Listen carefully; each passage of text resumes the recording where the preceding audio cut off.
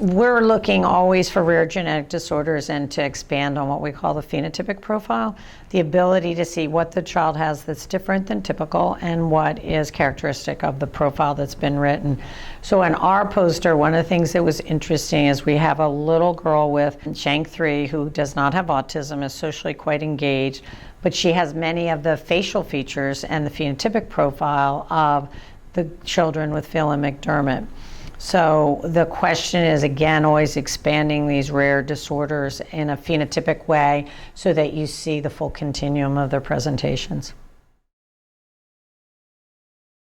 Okay, so she had that point mutation of 22q13.3 within the SHANK3 gene. And from her Phelan-McDermott presentation, what she had was she has a bulbous nose, small, but characteristic of what we define as bulbous. She had periorbital fullness, which we would describe as puffiness around the eyes. She also has immune deficiency, which is not always associated with Phelan-McDermott.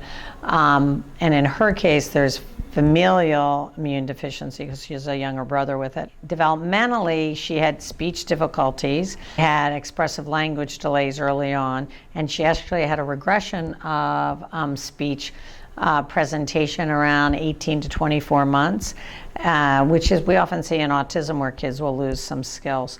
What is striking to me about her is that she is actually well within normal limits as far as her intellectual capabilities. In many domains, she's visually has a issue, visual processing, and socially she's engaged, but she has a little bit of difficulty in what we call social pragmatics or social language, but not enough that you would anywhere consider her a candidate to receive the diagnosis of autism spectrum disorder. We're going to follow her long term to see if something changes as she matures. And one question you'd want to ask right away is there going to be another episode of regression? And if so, why and what triggers it? The other issue, we'll see if the social language keeps pace with her typical developing peers, or does that become more problematic?